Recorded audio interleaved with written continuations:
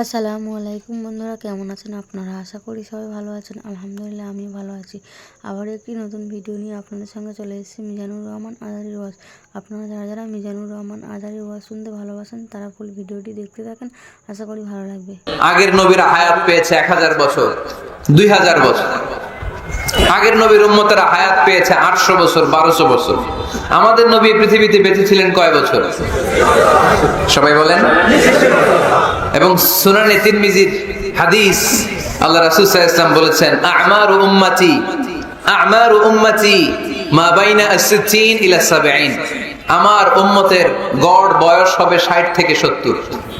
ওয়া আকাল্লুহুম মা ইয়াজুজু যালিক, এর চেয়ে বেশি হায়াত পাবে হাতে গোনা অল্প কয়েকজন। বেশিরভাগই 60-70 এর মধ্যে মরে শেষ, ঠিক কি না?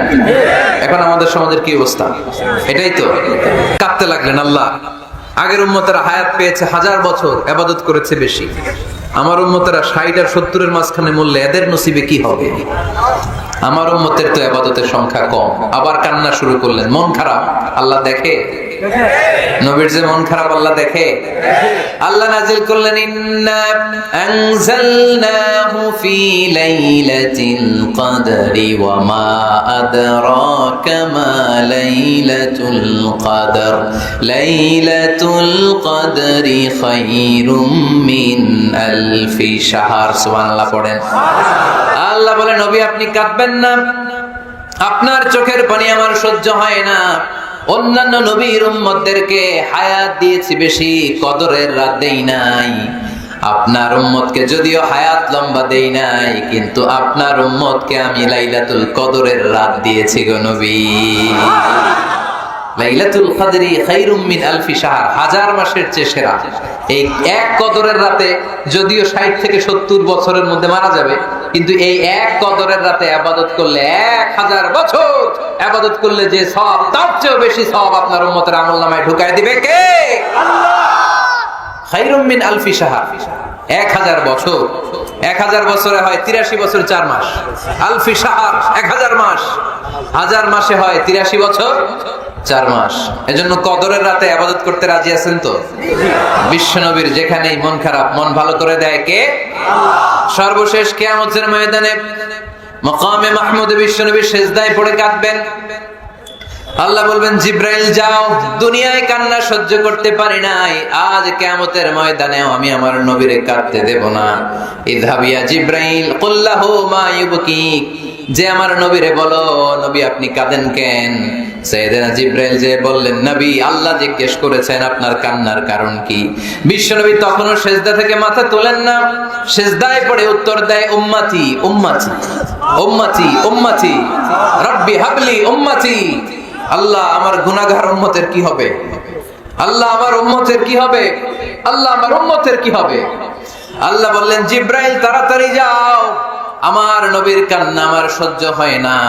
আমার নবীর কানে কানে যে বলো, ইন্না সানুরদিকা ফি উম্মাতিক, দুনিয়াতে যেমনি আপনি পেরেশান অবস্থায়, মন খারাপ অবস্থায় আমি আপনার মন ভালো করে দিয়েছি, আজকে আপনার উম্মতের ব্যাপারেও এমন একটা ঘোষণা আসবে, ওই ঘোষণা পেয়ে আপনি আজও খুশি হয়ে যাবেন গো নবী, আজও খুশি হয়ে যাবেন। এরফা রাসাক, নবী আপনি মাথা তোলেন, মাথা তোলেন, আর সিজদায় পড়ে থাকবেন না। এরফা রাসাক, মাথা তোলেন।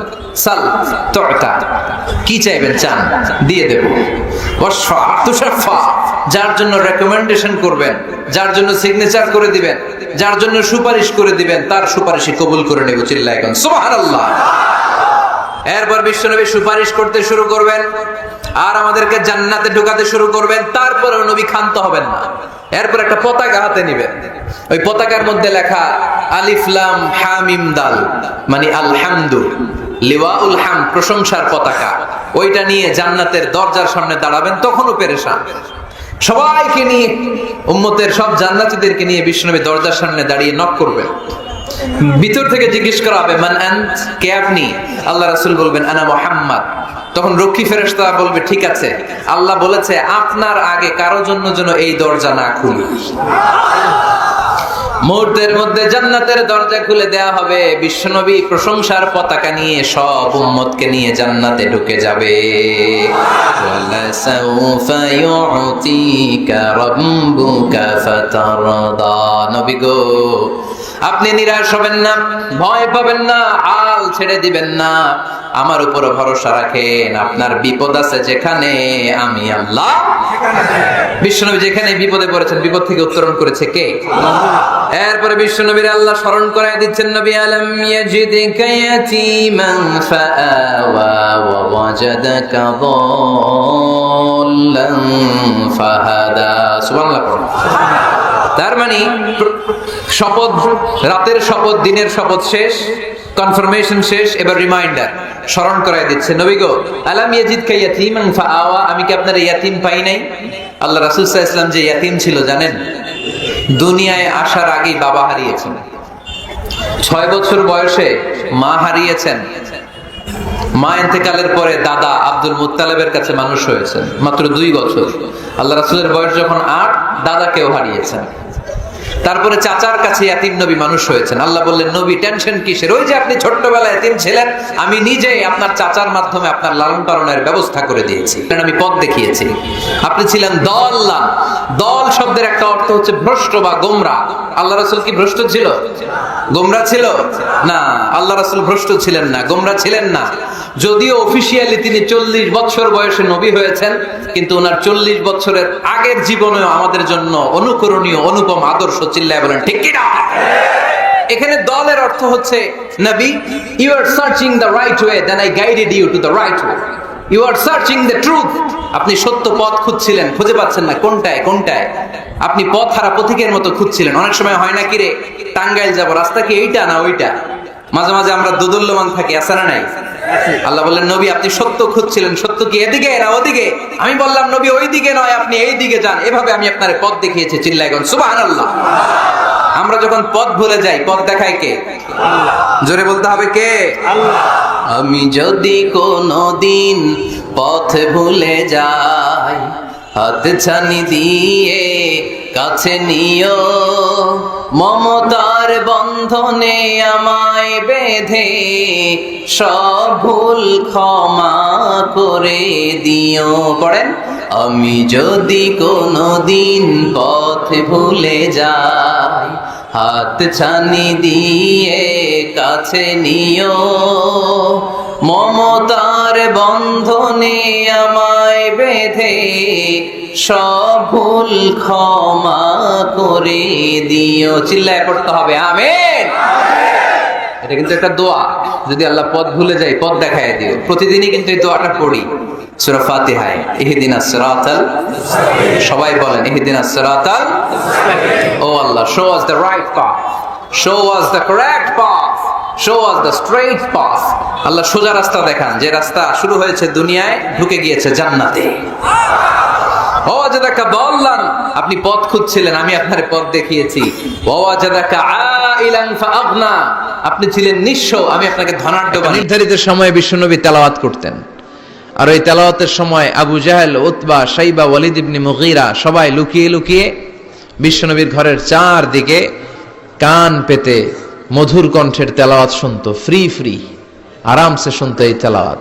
বিশ্বনবীর তেলাওয়াত যখন শেষ হয়ে যেত, এরা ভাগলপুর দিত দৌড়। ফিরে যাওয়ার রাস্তা থাকতো একটা, কয়টা? দেখা হয়ে যেত। একজন আরেকজনকে দোষারোপ করতো। আবু জাহেল বলতো, কিরে তোরা আসলি কেন? ওরা বলে, তুই এলি কেন? দিনের বেলা ভাষণ দেশ মোহাম্মদের বিরুদ্ধে, রাত্রে বেলা চোরের মতো তুই আসিস কেন? একে অপরকে দোষারোপ করে। আবু জাহেল বলে, ঠিক আছে, কাল থেকে আমিও আসবো না, তোরাও আসবি না। চল আমরা শপথ নেই যে কেউ আসবো না। দস্তখত দে, সিগনেচার দে, যেই আসবে তার মাথার চুল কামিয়ে আলকাতরা মেখে মক্কার বাজারে ঘুরিয়ে ঘুরিয়ে অপমান করা হবে। সবাই রাজি। আবু জাহেল বলে, দে, রাজি হইলে সিগনেচার দে। সবাইকে আবু জাহেল, তুই নেতা, তুই আগে দে। আবু জাহেল 1 নাম্বার, নাম্বার 2 উতবা, নাম্বার 3 শাইবা, সবাই সিগনেচার। কালকে কেউ যাবে না, কেউ যাবে না। দিন গড়িয়ে রাত আসে। বিশ্বনবীর যখন তেলাওয়াত করার টাইম, ওই টাইমে আবু জাহেলের তেলাওয়াত শোনার প্যারা উঠছে। যারা সিরিয়াল দেখে, সিরিয়াল দেখার প্যারা আছে না একটা? 9টায় সিরিয়াল শুরু হবে, 8:30 থেকে প্যারা ওঠে। কথা কন, আমার সিরিয়াল শেষ হয়ে গেল, সব কাজ বাদ দে, তাড়াতাড়ি টিভির সামনে বস, আছে না নাই? আবু জাহেলেরও প্যারা উঠছে, তেলাওয়াত শোনার প্যারা। টসিং এন্ড টার্নিং, বিছানায় এপাশ ওপাশ করে আর মনে মনে ভাবে হায় রে আর তো সময় নাই, এই তো শুরু হয়ে যাবে একটু পরে মুহাম্মাদের তেলাওয়াত, না গেলে তো বড্ড মিস হয়ে যাবে, যাই আজকে যেরকম দস্তখত নিছি আর ধমক দিছি কেউ যাবে না, আমি নিশ্চিত কেউ যাবে না, আমি একটু যাই। উতবা, সাইবা, ওয়ালিদ ইবনে মুগীরা প্রত্যেকেই প্রত্যেকের ঘর থেকে এই একই কথা ভাবছে যে আজকে তো যেই থ্রেড দিছে আবু জাহিল্লাই, আজকে কেউ যাবে না, আমি একটু যাই। সুবহানাল্লাহ পড়েন। আজকেও সবগুলো যে হাজির, বিশ্বনবী মন্ত্রমুগ্ধ করা সুরের ঝংকার তুলে তেলাওয়াত করছেন আর সবগুলো মন্ত্রে মুগ্ধের মতো তেলাওয়াত শুনছে। বিশ্বনবীর তেলাওয়াত শেষ, সব দিছে দৌড়। ফিরে যাওয়ার রাস্তা কয়টা? আজকেও দেখা। আবু জাহিল্লা কয় কিরে তোরা আইলি কেন? সবাইকে আবু জাহিল্লা তুই আইলি কেন? একে অপরকে দোষারোপ করে। এই ঘটনাটা শোনানোর উদ্দেশ্য হচ্ছে বিশ্বনবীর কণ্ঠটা যেন তেন কোনো কণ্ঠ ছিল না, এই কণ্ঠে সুরের ঝংকার ছিল, ঠিক কিনা? এজন্য সাইয়েদনা বারা ইবনে আযিব রাদিয়াল্লাহু তাআলা আনহু বুখারীর বর্ণনায় বললেন, ফামা সামি'তু আহসানা সাওতান মিন সাওতি রাসূলিল্লাহ, বিশ্বনবীর কণ্ঠের চাইতে এরকম সুরেলা কণ্ঠ আমার জীবনেও আমি শুনি নাই। আর বিশ্বনবীকে এই সূরাটা কোন নামাজে পড়তে শুনছে? পড়বেন তো আপনারা? আল্লাহ তৌফিক দান করো। এই সূরাটা আল্লাহ কসম দিয়ে শুরু করছে। কি দিয়ে? 3 ফলের কসম দিয়ে। মনে রাখবেন, মান কানা ইয়াহলিফ ফালইয়াহলিফ বিল্লাহ, যার কোনো কারণে কসম কাটতেই হয় সেজন্য আল্লাহর নামে কসম কাটে, আউলিয়াসমুত, আর না হলে যেন চুপ থাকে। আল্লাহ ছাড়া কারো নামে কসম কাটা যাবে না। কিন্তু আমাদের দেশে অনেক কিছুর নামে কসম আছে না নাই? আমরা কোরআন শরীফের নামে কসম কাটি, অনেক সময় কাবার নামে কসম কাটি, মায়ের বুকের দুধের কসম, বিদ্যার কসম কাটি না? কাটা যাবে? শিকারপুরের লোকের আর কি কি জিনিসের কসম কাটেন বলেন? হ্যাঁ, মায়ের কসম না, মায়ের কসম কাটা যাবে না। আর কি কি জিনিসের কসম কাটেন বলেন? আল্লাহর কসম কাটা যাবে। আর মাজারের কসম খাইছি না, মাজারের কসম কাটা যাবে। আর কিসের কসম কাটা এই দেশে? বইয়ের কসম না, বইয়ের কসম কাটা যাবে না। আর আছে? হ্যাঁ, আল্লাহ ছাড়া কারো নামে কসম কাটা যাবে, কিন্তু আল্লাহ চাইলে সবকিছুর নামে কসম কাটতে পারেন। চিল্লায় কোন সুবহানাল্লাহ। সে আল্লাহ বললেন, ওয়াত-তিনি ওয়াজ-যাইতুনি ওয়া তুরি সিনিনা ওয়া হাযাল বালাদিল আমিন। তিনের কসম। কিসের কসম? 3 ফুলের কসম।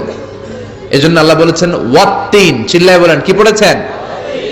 সম্মানিত ভাইরা, খেয়াল রাখবেন, কসম যখনই আল্লাহ কেটেছেন তখনই আল্লাহ ওয়াও ব্যবহার করেছেন। এটাকে বলে, এই যে এটা কিন্তু এই ফলের অনেক উপকারিতা আছে। এটা আরব বিশ্বে আরবদের কাছে খুবই গুরুত্বপূর্ণ সুস্বাদু একটা ফল। কালো ডুমুর হয়, সাদা ডুমুর হয়। এই ডুমুর ফল খেলে ডায়াবেটিক্স রোগীদের অনেক উপকার হয়। ডায়াবেটিক্স আমাদের জাতীয় রোগ না? ডায়াবেটিক্স আছে কার কার? অনেকের আছে না? এই ডায়াবেটিক্স আল্লাহ ভালো করে দিবে। কি খাবেন? ডুমুর ফল খাবেন। অনেক নারীদের ইররেগুলার মেনস্ট্রুয়েশনাল পিরিয়ড হয়, অনিয়মিত অনিয়ন্ত্রিত মাসিক। এই ডুমুর ফলের সেদ্ধ করা পানি যদি খায় তাদের মাসিক নিয়মিত হয়ে যাবে। এটার মধ্যে অনেক স্ট্রেংথ এন্ড স্ট্যামিনা আছে। আর এই ফলটা জান্নাতি ফল। কি ফল? এটা জান্নাতি ফল। এই 3 গাছটা জান্নাতের গাছ। সাইয়েদনা আদম আলাইহিস সালামকে আল্লাহ বললেন, ওয়ালা তাকরাবা হাযিহিশ শাজারাতা ফাতাকুনা মিনাজ জালিমিন। ও আদম, তুমি আর হাওয়া মিলে জান্নাতে ঘুরো, জান্নাতে খাওয়া দাওয়া করো, যা মনে চায় করো, কিন্তু একটা নিশমানায় লাজ শরম গেছে হারায়। ঠিক কিনা? পাতলা শাড়ির বাহার, পাখি ড্রেস, লেহেঙ্গা পোশাক দেখে নারীর লাজে মরে যাই। হায় হায়, আছি আমরা এখন জামানায় লাজ শরম গেছে হারায়। ঠিক কিনা? পোশাক আশাক নারীদের খাটো হতে শুরু করেছে। এটা শয়তানের মিশন। এজন্য মায়েরা বোনেরা খবরদার, পোশাককে ছোট করবেন না, খাটো করবেন না, হেজাব পরবেন। এই হেজাবকে ফরজ করেছে কে? এই হেজাব আপনার অধিকার, আপনার অধিকার আপনি বুঝে নেন। হেজাব আপনার অহংকার, এই হেজাব হচ্ছে আপনার আভিজাত্যের প্রতীক। চিল্লায় বলেন ঠিক কিনা? নারী অধিকারের যারা কথা বলে, নারী আন্দোলনের কথা যারা বলে, তাদের কথায় কান দিবেন না। এরা বক্তব্যের মঞ্চে উঠে নারীর অধিকারের কথা বলে, কিন্তু তাদের ঘরেই নারীরা বেশি নির্যাতিতা, তাদের ঘরের কাজের মেয়েগুলাই বেশি নির্যাতিতা। চিল্লা এখন ঠিক কিনা? তারাই লোহা গরম করে কাজের মেয়েগুলোর পিঠে ছ্যাঁক দেয়, তারাই সুযোগ পেলে ধর্ষণে সেঞ্চুরি করতে দ্বিধাবোধ করে না। চিল্লা এখন ঠিক কিনা? শয়তানের মিশন জান্নাতেও ছিল যেটা, দুনিয়াতেও এটা। পোশাক কি করে আলাদা করা যায়, এই জন্য হেজাব যেন আমরা ভুলে না যাই। হেজাব আপনার আভিজাত্যের প্রতীক, আপনার সৌন্দর্য, আপনার সম্ভ্রম, আপনার স্ট্যাটাস তো আপনার হেজাবের মধ্যে শোভা পায়, ঠিক কিনা? কিন্তু দিনকে দিন পোশাক ছোট হতে শুরু করেছে। নতুন নতুন অনেক পোশাক বেরোয় নারীদের। কি পোশাক আছে বলেন তো একটা? হ্যাঁ, পাখি। আর কি আছে? লেহেঙ্গা, আর কিরণমালা, আর এগুলো পড়বেন না, হেজাব পড়বেন। হেজাবে একটা নারীকে যত সুন্দর, রূপবতী, গুণবতী, সুস্নিগ্ধা লাগে, অন্য কোন পোশাকে লাগে? আল্লাহ আমাদেরকে বোঝার তৌফিক দান করো। সাইয়েদনা আদম আলাইহিস সালাম, হাওয়া আলাইহিস সালাম জান্নাতের ভেতরে যখন উলঙ্গ হয়ে গেল, লজ্জাস্থান ঢাকার জন্য জান্নাতের বিভিন্ন গাছের দিকে দৌড়ায়, দৌড়িয়ে দৌড়িয়ে যেই গাছের পাতা দিয়ে তারা সেদিন লজ্জাস্থান ঢেকেছিল, ওই গাছের নাম ছিল তিন গাছ। কি গাছ? ওই তিনের কসম কোরআনে কেটেছে কে? সেজন্য আল্লাহ বললেন, ওয়াত-তিনি ওয়াজ-যাইতুনি ওয়া তুরি সিনিনা ওয়া হাযাল বালাদিল আমিন। সুবহানাল্লাহ পড়েন। তিনের কসম, জাইতুনের কসম। জাইতুন মানে জলপাই। আওয়াজ করে বলতে হবে, জাইতুন অর্থ খাইছেন? জলপাইয়ের আচার খাই না আমরা? জাইতুন মানে জলপাই, ইংরেজিতে বলে অলিভ। তবে আমাদের জলপাই আর আরব দেশের জলপাই একটু গুণগত পার্থক্য আছে। আরব দেশের জলপাই একটু ছোট হয়, আমাদের গুলা সাইজে বড় হয়। আরব দেশের জলপাই একসাথে অনেকগুলা খাওয়া যায়, আর আমাদের দেশের জলপাই আবার 2-3টার বেশি খাওয়া যায় না, অনেক টক না? এই 7টা জলপাই আর একটা 3, এই মিক্স রেশিওতে যদি আপনি রেগুলার খান, আপনার বার্ধক্য রোধ হবে, আপনার স্বাস্থ্য ভালো থাকবে। আলহামদুলিল্লাহ পড়েন। এই জাইতুন গাছগুলো আরব দেশে হিল ট্র্যাক্টস, পাহাড়ি এরিয়াতে হয়, 100 বছর বেঁচে থাকে। বিশ্বনবী বলেছেন, কুলু যাইতা ওয়াদাহিনু ফাইন্নাহা মিন শাজারাতিন মুবারাকা। বিশ্বনবী বললেন, জাইতুনের তেল খাও, জাইতুনের তেল গায়ের মধ্যে দাও, জাইতুনের তেল মালিশ করো, জাইতুনের ভেতরে বরকত ঢুকায় দিয়েছে কে? জাইতুনের তেল দাড়িতে, চুলে মালিশ করলে দাড়ি চুল সহজে পাকে না। বিশ্বনবী সব সময় দাড়িতে চুলে জাইতুন মাখতেন। আমি নিজেও মাখি প্রতিদিন, আপনারাও মাখবেন। বাজারে পাওয়া যায়, যে বলবেন অলিভ অয়েল, কি বলবেন? অলিভ অয়েল বললে আপনাকে দিবে। স্পেনের, মেড ইন স্পেন, এদের অলিভ অয়েল ভালো। ফিলিস্তিনের যে অরিজিনাল অলিভ অয়েল, এটা ভালো, এটা খাওয়া যায়। তাম্বুতু বিদ্দুহুনি ওয়া সিবগিল্লিল আখিলিন, এটার অনেক কাজ, খাওয়াও যায়, মালিশও করা যায়, জাইতুনের ডাল ভেঙে মেসওয়াকও করা যায়। সুবহানাল্লাহ পড়েন। বিশ্বনবী বললেন, নি'মাস সিওয়াকিয়াজ জাইতুন, জাইতুনের মেসওয়াক কতই না ভালো। ফাইন্নাহা সিওয়াকি ওয়া সিওয়াকুল আমবিয়াই মিন ক্বাবলি, কেননা আমি বিশ্বনবী নিজে জাইতুনের ডাল ভেঙে মেসওয়াক করি, আমার আগে লক্ষাধিক নবীরা সবাই জাইতুনের ডাল দিয়ে মেসওয়াক করেছে। সুবহানাল্লাহ পড়েন। আপনার দেহের ব্যাড কোলেস্টেরলের লেভেল কমে যাবে যদি জাইতুন আপনি খান। দাড়িতে মাখবেন, চুলে মাখবেন, আবার সালাদের মধ্যেও জাইতুনের তেল দিয়ে খাওয়া যায় যদি এক্সট্রা ভার্জিন হয়। লেস দেন 1% অ্যাসিড দিয়ে এটাকে পিউরিফাইং করলে এটার বলে এক্সট্রা ভার্জিন। এরপর আরেকটা আছে ভার্জিন, 2% অ্যাসিড দিয়ে পিউরিফাইং করে। 3-4-5% অ্যাসিড দিয়ে পিউরিফাইং করলে ওটার বলে রিফাইন্ড পিওর, ওটা গায়ে মালিশ করবেন। বরকত আছে না নাই? এজন্য এই দুইটার কসম কোরআনে কেটেছে কে? এরপরে রব্বুল আলামিন বলেন, ওয়া তুরি সিনিন,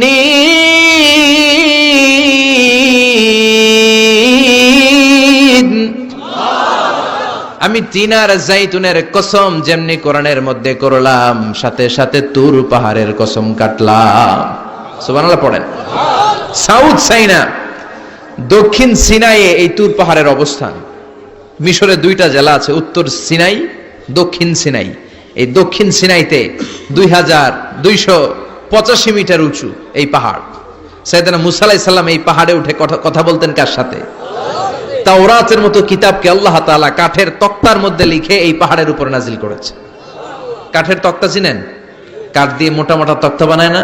আল্লাহ নিজ হাতে তাওরাত লিখে এই কাঠের তক্তাগুলো সাইয়েদনা মুসা আলাইহিস সালামকে দিলেন, বললেন যাও, এটার মধ্যে হেদায়েত আছে, নূর আছে, বুরহান আছে, নিয়ে যাও, বনি ইসরায়েলের কাছে দাওয়াতের বাণী পৌঁছে দাও, তুমি বার্তাবাহক, যাও। সাইয়েদনা মুসা আলাইহিস সালাম দেখলেন ছোট্ট ছোট্ট কিছু কাঠের ফলকার তক্তা, ভাবলেন কাঁধের মধ্যে তুলে নিয়ে যাই, এর চেয়েও কত ভারী ভারী জিনিস আমি মুসা কাঁধের মধ্যে তুলে বেড়াই। কিন্তু সাইয়েদনা মুসা আলাইহিস সালাম তক্তার মধ্যে হাত দিয়ে দেখে কাঁধে উঠাবে তো দূরের কথা, নাড়াতেই পারে না। সুবহানাল্লাহ পড়েন। কাঁধে উঠাবে তো দূরের কথা, কি করতে পারে না? নাড়াতেই পারে না। মুসা আলাইহিস সালাম ভাবলেন এদিক দিয়ে মনে হয় শক্ত, ওদিকে মনে হয় নরম, ওদিক দিয়ে ধরি, ওদিকে টান দেয়, ওদিকেও নড়ে না, মাঝখানে ধরে টান দেয়, নড়ে না। ঘটনা কি? এর চেয়ে কত বড় তক্তা কাঁধে লয়ে ঘুরি, আর এগুলো নড়ে না কেন? আল্লাহ জিব্রাইলরে বলেন না একটু হেল্প করতে? আল্লাহ বললেন যাও, তোমারে হেল্প করতে কইছে। মুসা আলাইহিস সালাম বললেন ভাই জিব্রাইল তুমি এদিক দিয়ে ধরো, আমি ওদিক দিয়ে ধরি। আমরা এরকম ধরে বলি না মারো টান হেইয়ো, এই দুইজনে হেইয়ো হেইয়ো শুরু করছে, কিন্তু তক্তা নড়ে না। মুসা আলাইহিস সালাম বললেন চলো পজিশন চেঞ্জ করি, তুমি এদিকে আমি ওদিকে, মারো টান আরো জোরে, কিন্তু তক্তা নড়ে না। মুসা আলাইহিস সালাম বললেন আল্লাহ জিব্রাইলের যে সঙ্গী ফেরেশতা 11 বলো না একটু হেল্প করতে। আল্লাহ বলে যাও হেল্প করে আসো। এবার সবাই মিলে মারো টান আরো জোরে, গায়ে যত জোর আছে মুসা আলাইহিস সালাম তক্তা ধরে টান দিলেন, টানের চোটে প্রত্যেকটা লোমকূপ দিয়ে ঘাম বেরোতে শুরু করেছে, এক একটা টানে কোমরের রক ছিঁড়ে যাওয়ার অবস্থা, কিন্তু তক্তা নড়ে। আল্লাহ ডেকে বললেন মুসা রক ছিঁড়ার দরকার নাই, আর ঘেমে অস্থির আর ঘর্মাক্ত হওয়ার দরকার নাই, আসলে তক্তার এত ওজন না, কিন্তু তক্তার মধ্যে যে বাণীগুলো আছে বাণীগুলো কার? এটা আমার বাণী রে মুসা, এগুলো আমার কথা, এগুলো আমার দেওয়া কিতাব, এগুলো সাধারণ দুনিয়ার বাণী নয়, সাধারণ কথা নয়। এই জিনিসটা বোঝাবার জন্য তক্তার ওজন আমি বাড়িয়ে দিয়েছি, এবার ফেরেশতার সাহায্যের দরকার নাই, নিজেই টান দাও, দেখবা উঠাতে পারবা। সাইয়েদনা মুসা আলাইহিস সালাম এখন দেখে টান দিয়ে কাঁধে নেওয়া যায়। সুবহানাল্লাহ পড়েন।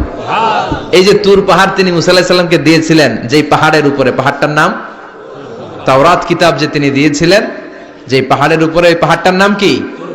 তুর পাহাড়। বিশ্বনবী মেরাজে যখন গিয়েছিলেন সাইয়েদনা জিব্রাইল এই তুর পাহাড়ে বিশ্বনবীকে নামিয়ে বললেন অন্ধকার, ইয়া রাসূলুল্লাহ উদউ আল্লাহ, আল্লাহর কাছে দোয়া করেন। বিশ্বনবী বললেন জিব্রাইল দোয়া করলাম, কিন্তু কোন জায়গায় কোন পাহাড়ের উপরে আমারে নামালা?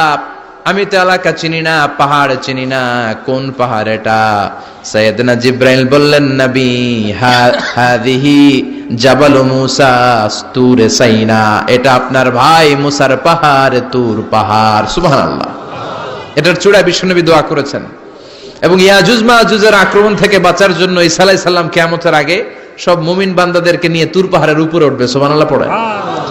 আমি নিজেই তুর পাহাড়ের উপরে উঠছি 2 বার জীবনে। আমি মিশরে ছিলাম তো, ওখানে আমি শিক্ষা সফরে 2 বার আমরা প্রায় তুরে সাইনাতে সফর করতাম। ঠান্ডা একটা এলাকা, মিশরে পুরো মিশরে গরম, ওদিকে ঠান্ডা। 3 ধর্মের লোকদের জন্য এটা একটা তীর্থস্থান, সবাই যায়, ইহুদিরা যায়, খ্রিস্টানরা যায়, আমরাও যেতাম। মাঝরাতে তুর পাহাড়ে উঠতে হয়, ফজরের সময় পৌঁছতে হয়, আবার 7টা-8টার দিকে ব্যাক করতে হয়। 10টা-11টার পরে সূর্যের তাপে পাথরের পাহাড় এত গরম হয় ওখানে কোনো মানুষ দাঁড়িয়ে থাকতে পারে না। আমরা উঠতেছি কাঁধের মধ্যে ব্যাগ নিয়ে, খ্রিস্টানরাও উঠতেছে, ইহুদিরাও উঠতেছে। ওটার উপরে খ্রিস্টানদের একটা চার্চ আছে, গির্জা, ইহুদিদের আছে একটা ছোট্ট সিনাগগ। ইহুদিরা যে জায়গায় নামাজ পড়ে ওটারে কি বলে? সিনাগগ। খ্রিস্টানরা যেটাতে নামাজ পড়ে ওটারে বলে চার্চ, গির্জা। আমরা যেটাতে নামাজ পড়ি মসজিদ। আমাদের একটা মসজিদ আছে ছোট। ফজরের সময় উঠলাম, উঠে তাকিয়ে দেখি সূর্য কিরণে পুরো তুর পাহাড়ের সিলসিলাতুল জিবাল, পাহাড়ি রেঞ্জ ঝিকিমিকি আলোতে সূর্যের কিরণে চমৎকার এক আভা, রক্তিম আভা ধারণ করেছে। সবাই মিলে আল্লাহর কাছে দোয়া করলাম। এই তুর পাহাড়ের কসম কেটেছে কে? রব্বুল আলামিন বলেন ওয়াত-তিনি ওয়াজ-যাইতুনি ওয়া তুরি সিনিনা ওয়া হাযাল বালাদিল আমিন। তিনের কসম, যাইতুনের কসম, তুর পাহাড়ের কসম, আর এই নিরাপদ শহরের কসম। এই নিরাপদ শহর দ্বারা উদ্দেশ্য হচ্ছে মক্কাতুল মুকাররমা। নিরাপদ শহর দ্বারা কোন শহর উদ্দেশ্য? মক্কা। যে মক্কার আগের নাম ছিল বাক্কা। মক্কার আগের নাম সবাই বলেন বাক্কা। মক্কার নামে আল্লাহ কোরআন একটা সূরা দিয়েছে, সূরার নাম সূরাতুল বালাদ। লা উকসিমু বিহাযাল বালাদ ওয়া আনতা হিল্লুম বিহাযাল বালাদ। সুবহানাল্লাহ পড়েন। আবার এই শহরের নাম দিলেন আল্লাহ উম্মুল কুরা, জনপদ সমূহের মা। এই শহরের মধ্যে যারা এই প্রবেশ করবে নিরাপত্তা দিবে কে? আবার এই শহরের মাঝখানে আল্লাহ এমন একটা ঘর তৈরি করেছে, গোটা বিশ্বের সব মুসলমান ওই ঘরের দিকে মাথা নুইয়ে সিজদায় লুটিয়ে পড়ে। সুবহানাল্লাহ পড়েন। ইন্না আউওয়ালা বাইতি উদিআ লিন-নাস লাল্লাযী বিবাক্কাতা মুবারাক। এই কাবা ঘরকে কেন্দ্র করে প্রতিদিন 120টা রহমত নাজিল হয়। চিল্লায় বলেন তো কয়টা? 60 লিত-তাইফিন, 60টা রহমত যারা তাওয়াফ করে তাদের জন্য। 40 লিল মুসাল্লিন, 40টা রহমত যারা নামাজ পড়ে তাদের জন্য। 60 আর 40 কত? বাকি আছে কয়টা? ওয়ালা 20 লিন-নাযিরিনা ইলাল কাবা, বাকি 20টা রহমত যারা তাওয়াফও করে না, নামাজও পড়ে না, শুধু কাবার দিকে তাকিয়ে থাকে। সুবহানাল্লাহ পড়েন। আবার কাবার 4টা কর্নার আছে, একটা কর্নারের ভেতরে একটা পাথর আছে, এটাকে বলে ব্ল্যাক স্টোন কর্নার, হাজরে আসওয়াদের পাথর। এই পাথরে যেই চুমো দেয়, পাথর ওই চুমো দানকারীর জীবনের সব গুনাহ টেনে শুষে সব নিয়ে যায়। কিয়ামতের দিন আল্লাহ হাজরে আসওয়াদের 2টা ঠোঁট দিবেন, 2টা চোখ দিবেন, আর দাঁড় করিয়ে দিবেন। আল্লাহর সামনে দাঁড়িয়ে দাঁড়িয়ে হাজরে আসওয়াদ সুপারিশ করবে। আল্লাহর কাছে বলবে, আল্লাহ এই লোকটা আমারে চুমো দিয়েছে, তার জন্য জাহান্নামের আগুন হারাম করে দাও। এই হাজরে আসওয়াদ পাথরের জন্য আমরা চুমো দিতে পারি, আল্লাহ তৌফিক দাও। আমিন। জোরে বলেন আমিন। এই নিরাপদ শহরের কসম, শহরটার নাম মক্কা। চিল্লায় বলেন শহরটার নাম। এটার মাঝখানে একটা ঘর আছে, আল কাবা আল মুশাররাফা। লক্ষ লক্ষ মানুষ এই কাবা কেন্দ্রিক প্রতিদিন ছুটতে থাকে। আল্লাহ বলেছেন এটা মাসাবাতান লিন-নাস, মানুষের মিলন কেন্দ্র। লক্ষ লক্ষ মানুষ এই কাবাকে ঘিরে নামাজ পড়ে। প্রতিটা জুমার দিন 10 লাখেরও মোর দেন 1 মিলিয়ন মুসল্লি কাবার চারদিকে জুমার সালাত আদায় করে। সুবহানাল্লাহ পড়েন। আজান হওয়া মাত্রই মৌমাছির মতো মানুষগুলো ছুটতে থাকে। কাবার আজান শুনেছেন? আল্লাহু আকবার, আল্লাহু আকবার,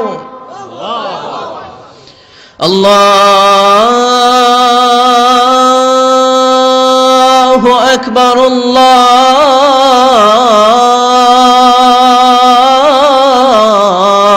আল্লাহু আকবার। কি সুরেলা আজান, কাবার আজান। আজান হতে দেরি, আজান হতে দেরি। যদি 20-30 তলা হোটেলের কোনো ছাদ থেকে আপনি খেয়াল করেন, দেখবেন মৌমাছির মতো ডানে বায়ে সামনে পেছনে চারিদিক থেকে সারে আল হিজরা দিয়ে, সারে আজিয়াত রোড দিয়ে, গাজ্জা দিয়ে, জারওয়াল দিয়ে, মেসফালা দিয়ে, ইব্রাহিম খালিলি দিয়ে মানুষগুলো কাবার দিকে ঢুকতে শুরু করেছে। ঠিক কিনা? আবার বিশ্বনবী বলতেন, মক্কা তো হাব্বুল বিলাদ ইলাইয়া, মক্কা শহর আমার কাছে সব চাইতে প্রিয় শহর। লাউলা উখরিজিতু লামা খারাজতু, মক্কার কুরাইশরা কাফেররা যদি এই শহর থেকে জোর করে আমারে বের করে না দিত, আমি কোনোদিন মক্কা ছেড়ে দূরে যেতাম না। সুবহানাল্লাহ পড়ে। বিশ্বনবীর জন্মস্থান এই শহর, যেখানে বিশ্বনবী জন্মেছেন ওইখানে আছে মাকতাবা, লাইব্রেরি। কি আছে? হজ ওমরা যারা করেছেন তারা দেখবেন ওখানে গেলেই ফ্রিতে বই দেয়। কি দেয়? বিশ্বনবীর জন্মস্থানে গেলে যেই ভাষার হন, বাঙালি গেলে বাংলায়, ইংরেজ গেলে ইংরেজিতে, পাকিস্তানিরা গেলে হিন্দিতে, সবাইকে ফ্রিতে বই দেয়া হয়। তার মানে বিশ্বনবীর জন্মস্থানে গেলেই বই পাওয়া যায়। ঠিক কিনা? বিশ্বনবীর জন্মস্থানের ঠিক পাশেই আবু জাহেলের জন্মস্থান। ওইখানে কি আছে জানেন? হ্যাঁ, হাম্মাম, হাম্মাম আবি জাহাল। বাঙালি হাজিদের বুক ভরা ঘৃণা তার জন্য। বাঙালি হাজিরা বলে, আবু জাহিল্লার টয়লেট কই, যাইয়া সব ভরাই দিয়ে আসুন। জেদ্দাতে নেমেই খুঁজতে আরম্ভ করে, আবু জাহিল্লার টয়লেট কই। সবাই বলে, এই না জেদ্দায় আসলেন, মক্কা তো আর 80 কিলো দূরে, আপনি যাবেন, ওমরা করবেন, বিশ্রাম নেবেন হোটেলে, এরপরে জিয়ারা যখন করায় তখন ওখানে নেয়। কিন্তু নাইম্মা কই, আবু জাহিল্লার টয়লেট কই। কি ক্ষোভ তার প্রতি, না? কি ক্ষোভ আর ঘৃণা। আর বিশ্বনবীর জন্য অন্তর ভরা ভালোবাসা আছে না নাই? এজন্য ইসলাম হচ্ছে শান্তির ধর্ম। জঙ্গিপনা যারা করে, সন্ত্রাসবাদের কথা যারা সমাজে উস্কে দেয়, তাদের জন্য ইসলামে কোনো শান্তি নাই। আবু জাহেল ছিল সন্ত্রাসদের লিডার। ঠিক কি না? Leader of the all terrorist, কুখ্যাত ইন্টারন্যাশনাল সন্ত্রাসী আবু জাহেল। আর বিশ্বনবী ছিলেন মুজাহিদ। বিশ্বনবী কি ছিলেন? মুসা আলাইহিস সালাম ছিলেন মুজাহিদ, ফেরাউন ছিল কুখ্যাত সন্ত্রাসী আর জঙ্গি, ঠিক কিনা? সাইয়েদনা ইব্রাহিম ছিলেন মুজাহিদ আর নমরুদ ছিল জঙ্গি, ঠিক কিনা? যারা ইসলামের পক্ষে কথা বলে তারা মুজাহিদ, আর যারা ইসলামের বিপক্ষে তারা সন্ত্রাস আর জঙ্গি। চিল্লায় বলেন ঠিক কিনা? সে আল্লাহ ডেকে বললেন গোলামুত্তিনি ওয়াজ-যাইতুনি ওয়া তুরি সিনিন ওয়া হাযাল বালাদিল আমিন। তিন ফলের কসম, জাইতুনের কসম, তুর পাহাড়ের কসম, বিশ্বনবীর জন্মস্থান মক্কাতুল মুকাররমার কসম। চারটা জিনিসের কসম কেটেছে কে? আল্লাহ। কয়টা জিনিসের? চারটা জিনিসের কসম কেটে আল্লাহ একটা কথা বলবেন, ওই কথাটার গুরুত্ব বেশি না কম? লাকাদ খালাকনাল ইনসানা ফি আহসানি তাকওয়িম। সবাই পড়েন, লাকাদ খালাকনাল ইনসানা ফি আহসানি তাকওয়িম। নিশ্চয় আমি মানুষের চেহারাটারে, আকৃতিটারে বড্ড চমৎকার আকৃতি দিয়ে তৈরি করেছি। সুবহানাল্লাহ। মানুষের মতো কোন সুন্দর প্রাণী পৃথিবীতে নাই, আছে? গরু দেখবেন সবগুলোর চেহারা একরকম, কুকুরের অলমোস্ট সব কুকুরের কেন্দ্রীয় চেহারা এক, সব ছাগলের কেন্দ্রীয় চেহারা এক, কিন্তু একটা মানুষের সাথে আরেকটা মানুষের চেহারা মিলে? আমার সাথে হুজুরের চেহারার মিল আছে? হুজুরের সাথে ভাইয়ের, ভাইয়ের সাথে আপনার।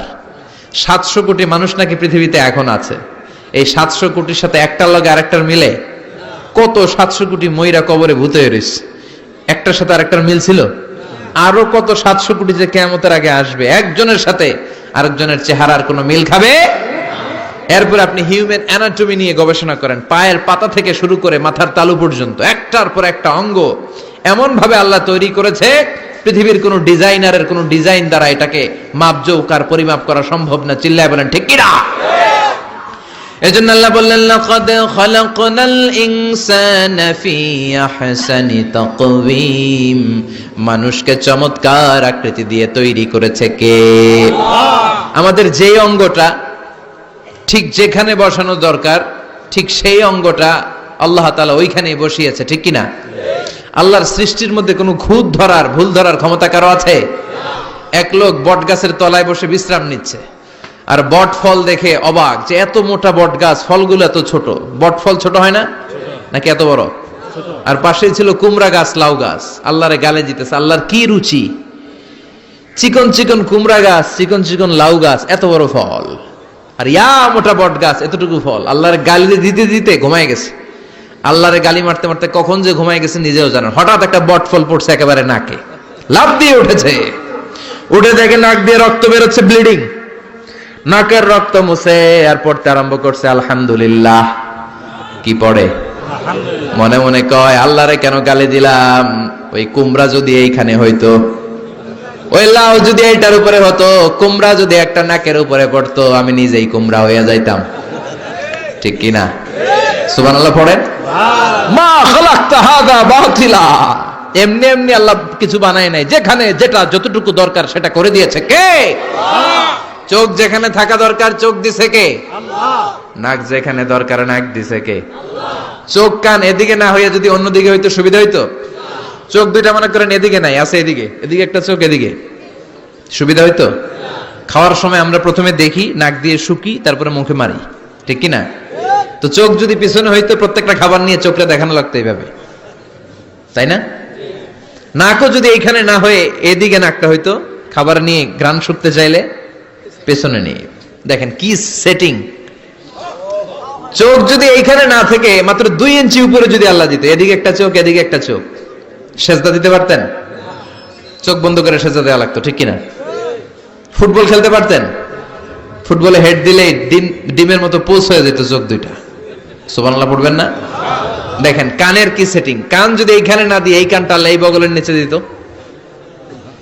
আর এই কান যদি এই বগলের নিচে দিত, আজকে ওয়াজ শুনতেন কেমনে? এমনে। হাত তোলেন সবাই। 1.5 ঘন্টা হাজারী সাহেবের আলোচনা, এমনে থাকেন 1.5 ঘন্টা হাত দুইটা তুলে থাকা যায় তো? হাত নামাইলে ওয়াজ শোনা যায় না, হাত উঠাইলে শোনা যায়। সুবহানাল্লাহ পড়েন। যেখানে যেটা যেভাবে দরকার দিয়ে দিয়েছে কে? আবার এখানে এয়ার ক্যানেল দিলেন। অনেকে কয় এগুলা দিছে কেন? এই ক্যানেল কিন্তু দরকার। ক্যানেল না থাকলে আপনার কথা ঢুকবে না, আপনি বুঝবেন না। অনেকের এই কানের ডিফেক্ট আছে, ডিফর্ম বেবি, এই রোগ নিয়ে জন্মাইছে, কানে মেশিন লাগানো লাগে, এই ক্যানেলের সমস্যা। এটা কেটে দিলে আপনি কান কাটা রমজান, কান কেটে দিলে আপনি কান কাটা রমজান হয়ে যেতেন। এই ক্যানেল দিয়ে ঘুরে ঘুরে সাউন্ড ওয়েভ গুলো যায়, ফলেই আমরা শুনতে পাই। এই ক্যানেল না থাকলে শুনতে পেতাম না। তার মানে মা খালাকতা হাযা বাতিলা, এমনি এমনি কিছু দেয় নাই। 206টা হাড্ডি দিয়ে আমাদের মানুষের দেহ, ছোট্ট হাড্ডিটা আল্লাহ দিয়ে দিছে এখানে। এটার ভিতরে একটা ড্রাম আছে, এটার বলে এয়ার ড্রাম। সাউন্ড ওয়েভ, শব্দ তরঙ্গ এয়ার ড্রামে নক করে, এরপরে outer air, middle air, inner air হয়ে ইলেকট্রিক্যাল সিগন্যালের মাধ্যমে যাই দেখে যায়, ব্রেনের সাথে কানেক্ট হতে হলে ইলেকট্রিক্যাল সিগন্যাল দিয়ে কানেক্ট হতে হয়। এই সাউন্ড ওয়েভ, শব্দ তরঙ্গগুলো ইলেকট্রিক্যাল সিগন্যাল দিয়ে ট্রান্সমিট হয়ে ব্রেইনের হেয়ারিং নার্ভ, শুনবার যে স্নায়ু, ওইখানে নক করে। নক করা মাত্রই শব্দ তরঙ্গ আপনার শুনবার অনুভূতি জাগায়। এই সূক্ষ্মাতি সূক্ষ্ম কাজ কত ছোট্ট আর অল্প সময়ে করে দিচ্ছে কে? আল্লাহ। চোখ দিয়ে তাকানো মাত্রই দেখি কত রঙের রং দেখি। Human eyes can identify, can recognise more than 10 million colours. আমার কথা না, চক্ষু বিশেষজ্ঞদের কথা। মানুষের চক্ষু 10 মিলিয়নেরও বেশি রং, 1 মিলিয়নে 10 লাখ, 10 মিলিয়নে 1 কোটি, 1 কোটিরও বেশি ধরনের রং এই চোখ শনাক্ত করতে পারে। সাইজ মাত্র 2 মিলিমিটার। ছোট্ট এই চোখ দিয়ে এত কিছু দেখার সুযোগ দিয়েছে কে? আল্লাহ। এই দুটি চোখ দিয়েছি বলে দেখো যে কত অপরূপ নয়নাভিরাম, খেতে খামারের জোড়ায় জ্বালা বিধুর ধূপ, তোমার দেয়া চোখের শুকুর জানাবো তার ভাষা কই, যতই দেখি ততই যেন পলক ছাড়া চেরই। সুবহানাল্লাহ পড়ে, যতই দেখি ততই যেন পলক ছাড়া চেরই। এভাবে আমাদের দেহের প্রতিটি অঙ্গ সেটআপ করেছে কে? আল্লাহ। আল্লাহু আকবার। এজন্য রব্বুল আলামিন বলেন, লাকাদ খালাকনাল ইনসানা ফি আহসানি তাকওয়িম, আমি মানুষকে সবচাইতে সুন্দর আকৃতিতে তৈরি করেছি। সুবহানাল্লাহ। আমরাই শুধু মাথা উঁচু করে দাঁড়াতে পারি, গরু এরকম মাথা উঁচু করে দাঁড়াতে পারে? গরুর মাথা নিচে, ছাগলের মাথা নিচে, সবার মাথা নিচে। মানুষই 2 পায়ে ভর করে শির দ্বারা, মানে স্পাইনাল কর্ডের উপর টান টান হয়ে মাথাটা উঁচু করে এইভাবে দাঁড়ায়। পৃথিবীতে একটাই সৃষ্টি, এজন্য আল্লাহ সৃষ্টির নাম দিয়েছে আশরাফুল, যে মাখলুকাতের কাছে নূরের ফেরেশতাও সেজদা দিতে বাধ্য হয়েছে, ঠিক কিনা? তুমি মাটির আদমকে প্রথম সৃষ্টি করিয়া ঘোষণা করিয়া দিলে শ্রেষ্ঠ বলিয়া, তাই তো নূরের ফেরেশতা করে আদমকে সেজদা, ঠিক কিনা? তাই তো নূরের ফেরেশতা করে আদমকে সেজদা, সবার চেয়ে সম্মান দিলে মাটির আদমকে। আল্লাহু আল্লাহু তুমি জাল্লে জালালুহু, শেষ করা তো যায় না গে তোমার গুণগান। আল্লাহু আল্লাহু, সুবহানাল্লাহ পড়েন। আশরাফুল মাখলুকাত বানালেন। এত বৈচিত্র্য মানুষকে আল্লাহ দিয়েছেন, বিবেক দিয়েছেন, আবেগ দিয়েছেন, বাক শক্তি, কথা বলার ক্ষমতা। কোন প্রাণীর আছে? সুবহানাল্লাহ কইবেন না? বিবেক দিয়েছেন, আবেগ দিয়েছেন, বাক শক্তি দিয়েছেন, উপলব্ধি করবার মতো ক্ষমতা দিয়েছেন। আশরাফুল মাখলুকাত বানিয়েছেন এই মানুষকে।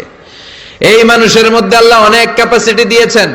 আবার আল্লাহ বললেন, ওয়ামিন আয়াতিহি খালকুস সামাওয়াতি ওয়াল আরদি ওয়াখতিলাফু আলসিনাতিকুম ওয়া আলওয়ানিকুম ইন্না ফি যালিকা লাআয়াতিন লিল আলিমিন। আমার সৃষ্টির মধ্যে অসাধারণ সৃষ্টি, আকাশ এবং জমিন সৃষ্টি, গায়ের রঙের ভিন্নতা, ভাষার ভিন্নতা। সুবহানাল্লাহ। আমরা কোন ভাষায় কথা বলি? কথা বলেন? আপনি কি মনে করছেন সারা ওয়ার্ল্ডে এই ভাষায় কথা বলে? ইন্ডিয়ানরা বলে হিন্দিতে, ইংরেজরা বলে ইংরেজিতে, আরাবিয়ানরা বলে আরবিতে, ঠিক কিনা? আমার দেশের বাইরের প্রথম সফর ছিল 2008-এ। সেই থেকে এক যুগ চলছে এখন সফর। ওই সফর যে কত দরকার ছিল, ওই সফরের আগে এই গ্লোবাল ইসলামকে দেখার সুযোগ আমার হয়নি। মানুষের যে কত ভিন্নতা, কত ভাষায় যে মানুষ কথা বলে। 2008 সালে আমি যখন আমার ইউনিভার্সিটিতে গেলাম, মাগরিবের সালাতের সময় পৌঁছেছি। আজান হওয়ার সাথে সাথে দেখলাম students of more than 100 nationalities they are coming out from their hostel to offer Maghrib prayer. মাগরিবের আজান দেখলাম হোস্টেল থেকে বিভিন্ন রঙের ছেলেপেলেরা মাগরিবের সালাত পড়ার জন্য বেরোচ্ছে। এক একটার কালার এক এক রকম, এক একটার ভাষা এক এক রকম। আমরা বাংলায় বললে আরাবিয়ানরা বুঝে না, আরাবিয়ানরা আরবিতে বললে ইন্ডিয়ানরা বুঝে না, ইন্ডিয়ানরা হিন্দিতে বললে ইংরেজরা বুঝে না, চাইনিজরা মান্ডারিনে বললে কেউ বুঝে না। চিয়াং ফিয়াং জিয়াং এগুলো হচ্ছে চাইনিজ ভাষা। ইয়াং শিয়াং দিয়ে যখন কথা বলে কেউ বুঝে না। প্রথম মাগরিবের সালাত পড়ে আমি প্রথম নিগ্রু মানুষ আবিষ্কার করলাম। এর আগে কোনোদিন কালো মানুষ দেখি নাই। সালাম ফিরে ডানে দেখি এক নিগ্রু, বায়ে দেখি আরেক নিগ্রু। আমি মনে করছি কিরামান কাতিবিন। এই নিগ্রু দেখে আমি দিছি দৌড়। সবাই কই দৌড়ান কেন? আমি বললাম এরা কারা? আমারে বলা হলো এরা আপনার বন্ধু। এরা কি? এই কালো লোক নাকি আমার বন্ধু। বলল 5 বছর এই নিগ্রুদের সাথে আপনার থাকতে হবে। 100টারও বেশি দেশের ছাত্র আমরা একসাথে থেকেছি। কারো ভাষা কেউ বোঝে না, কারো গায়ের রঙের সাথে কারো গায়ের রঙের মিল নাই। চিল্লায় বলেন সুবহানাল্লাহ। এজন্য রব্বুল আলামিন বললেন লাকাদ খালাকনাল ইনসানা ফি আহসানি তাকওয়িম। আমি মানুষকে চমৎকার আকৃতিতে তৈরি করেছি। সুম্মা রাদাদনাহু আসফালা সাফিলিন। তারপর মানুষকে আমি আবার নিম্নমুখী করেছি। মানুষের সৌন্দর্যটা সব সময় থাকে না। ভিডিওটি ভালো লাগলে একটি লাইক, কমেন্ট ও শেয়ার করে পাশে থাকবেন বন্ধুরা। যারা যারা শেষ পর্যন্ত ভিডিওটি দেখেছেন তাদের জন্য অনেক অনেক ভালোবাসা থাকলো বন্ধুরা। আর নতুন নতুন ভিডিও পেতে চ্যানেলটিকে সাবস্ক্রাইব করে পাশে থাকবেন বন্ধুরা। ভালো থাকবেন, ধন্যবাদ।